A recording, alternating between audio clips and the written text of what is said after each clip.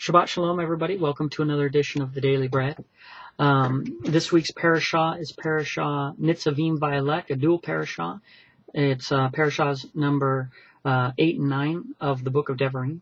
And this year my message is called Getting In and Staying In. And we start off this Parashat, we look at a couple simple things. The first thing that's happening is this big gathering. It says, gather all the people together, old, young, gather everybody together. We're going to make this covenant. And the first thing we have to look at, like I talked about last week, is what is the covenant? Deuteronomy 4:13 says what Yodewah's covenant is.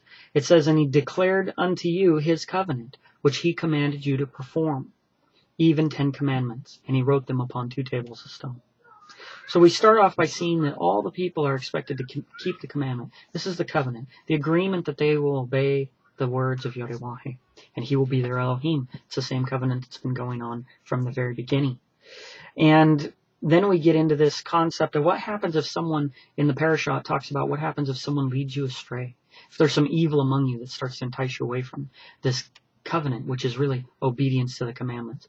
What's going to happen to that person? Number one, that person's going to be cursed. And anybody who believes him, follows in him, is also going to be cursed. And yet we see a lot of this in the Messianic movement today. We see people who are discouraged. I call them the discouragers of the brethren. They're like the spies, the 10 spies who tried to discourage Israel. They try and tell you, oh, no one's perfect. Oh, commandments are only for blessings. Oh, we don't have to really keep the commandments. You don't have to obey Yodewah. Or they mix in some mixed beliefs of Christianity that somehow it's all about salvation and we're saved and it doesn't matter what we do, obedience is not important. Even though the very Mashiach that they claim to believe in, his whole life was about obedience. And that's the only reason why his blood became so valuable, is because of his obedience. If he was disobedient, what value would his blood be in his sacrifice if he was imperfect? So we look at this and we see this whole concept. This old curse, it's funny, it says all the curses of the covenant will come upon that person. And really it's the same thing that we've seen before. Blessings for obeying, cursings for disobeying. Life for obeying, cursings and death for disobeying. So we go into the concept of, well, maybe that's just the 10 commandments, or is it all the Torah? Well, Deuteronomy 27:26 says, cursed be he that confirms not all the words of this law or Torah to do them. And all the people shall say Amen. I don't think they were very confused about what the covenant was and about what they were expected to do, whether it was just some or, the ones they like to keep, or if it was all of them. And I don't think anything's different and nothing has changed. So when we look at this concept, there's the next part of the parasha talks about how he's going to regather people. He's talking about in the future. I'll regather you from heaven, from the ends of the earth, all this and that. He's going to bring them together, bless them, be their Elohim, if they will love Yodewah with all their heart and all their soul. And this is defined by keeping the commandments. We've already seen that with Mashiach, who defines the greatest commandment as the love of Yodewah. The second is the love of your neighbor, which those two encompass all of the commandments, either about how we treat each other or how we obey God. Now, when we look at the next thing, we're just going to see what really has value there. Why is he going to gather these people together? Why is he creating this covenant? It always comes back to keeping of the commandments. Now, let's just look at some things that people may find valuable out of this Bible. Many people say, wow, gosh, it's all about this. It's about salvation. It's about the promised land. It's about getting into the kingdom. It's about all these things. Well, we got the land. We got Mashiach. We got Mashiach's blood. We got the covenant. We've got the Torah, the kingdom, everything. Well, let's look at what has value. There were wicked people in the land. The land was also desolate at times. I could buy a plane ticket right now. A Satan worshiper, an atheist, you go over to Israel, there's lots of people living in the lands, Philistines, Arabs, all secular people, everything. The land doesn't make you, being in the land, any more important or any more valuable to Elohim. Mashiach's important. But let's take a look.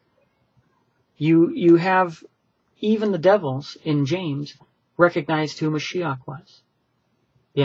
As he's casting them out. They recognize who he is, his authority, that he could cast them over. The fact is, just like it says, don't you know, a foolish man, faith without works is dead. It says the devils believe and they tremble.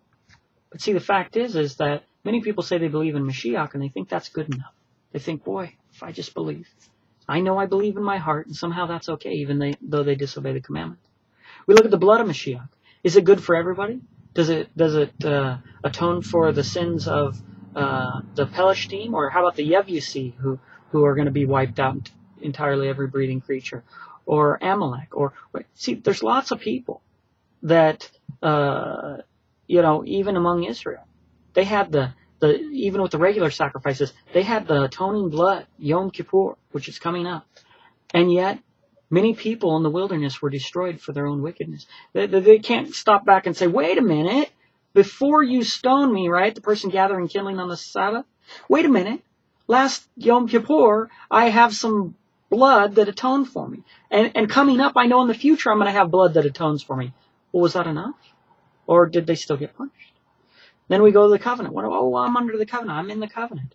Well, if you're in the covenant, then it just says, just like it says right here, that if you disobey that, the curses of the covenant will come upon you. So it's not good enough to just say, well, I'm under this new covenant, I'm under the old covenant. Doesn't matter what covenant you're under. You're still required to obey. And then you got the Torah. Look at the Torah is like the seed, right? And in the parable of the sower, it goes into many different grounds. Some, it bore no fruit.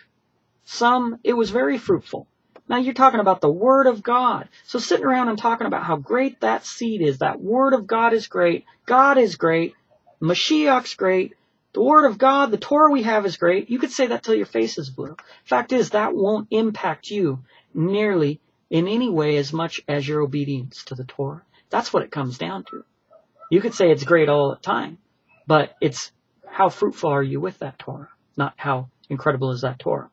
And so we look at all these things and we say, what really has value? Obedience. Mashiach's value is in obedience. The blood of Mashiach has value because he was perfect. If he was imperfect and he was a murderer and a liar and adulterer, his blood as an imperfect sacrifice would not be valuable. The covenant without obedience is nothing.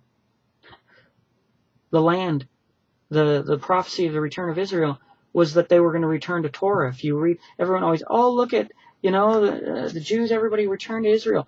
And there's people, there's homosexuals over there, there's all kinds of people doing anything and everything just because they live in the land. That doesn't mean that prophecy's been fulfilled, because the fulfillment of that prophecy is a return to Torah. That hasn't happened. And yet he talks about gathering people. He's gathering people through getting people who recognize his authority and will obey his Torah from all over the corners of the earth. And that can happen. And it didn't matter if you were part of Israel, not part of Israel. It mattered whether you obeyed Yorewahe. That's always been the core value. So the next thing that we look at is this concept of the parable of the accounting. This king brings in this people and they owe, and this is like judgment. And he says, look, pay me all that you owe me. And the person says, please give me more time. I'll pay you what I owe you. But he called him to account. He wanted to pay. This is judgment. You have no more time.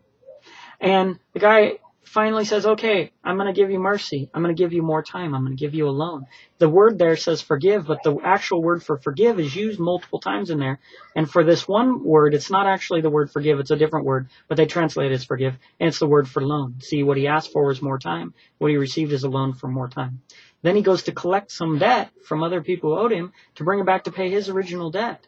And they asked for patience and please give me more time and I'll pay all that I owe. But the thing is that he didn't give him more time. He asked that he pay him right now. And so what happened? His debt became paid right now. And he didn't have enough to pay. So we need time. That's what our life is. Because that is the grace that gives us time to do what's right. To get better judgment so that we can have mercy. That great mercy. So Moshe's role in this, look at this. He was a great man. He did all these wonderful things. He's written about in the Torah. We're reading about him. So much greater than all of us. And yet, he wasn't allowed to go into the kingdom because he disobeyed Yorewahe. And it specifically says that. So the concept is it's a garden. And there's a status in the garden. You see, something that is dead, that is not bearing fruit, it is plucked up, as Mashiach said, before it spreads its death anywhere else. And something that is full of life, it bears fruit and creates more fruit in the garden. And the fact is that it's not about just getting into the kingdom. It's about staying in the kingdom. All those commandments, it says, I teach you these things so that you could do them in the kingdom. Everybody wants to talk about getting in the kingdom. I'm in the kingdom. I'm getting in there. The fact is, we need to learn because we need to be able to stay in that kingdom once we get in and not be the evil that must be rooted out. Till next time, Shabbat Shalom.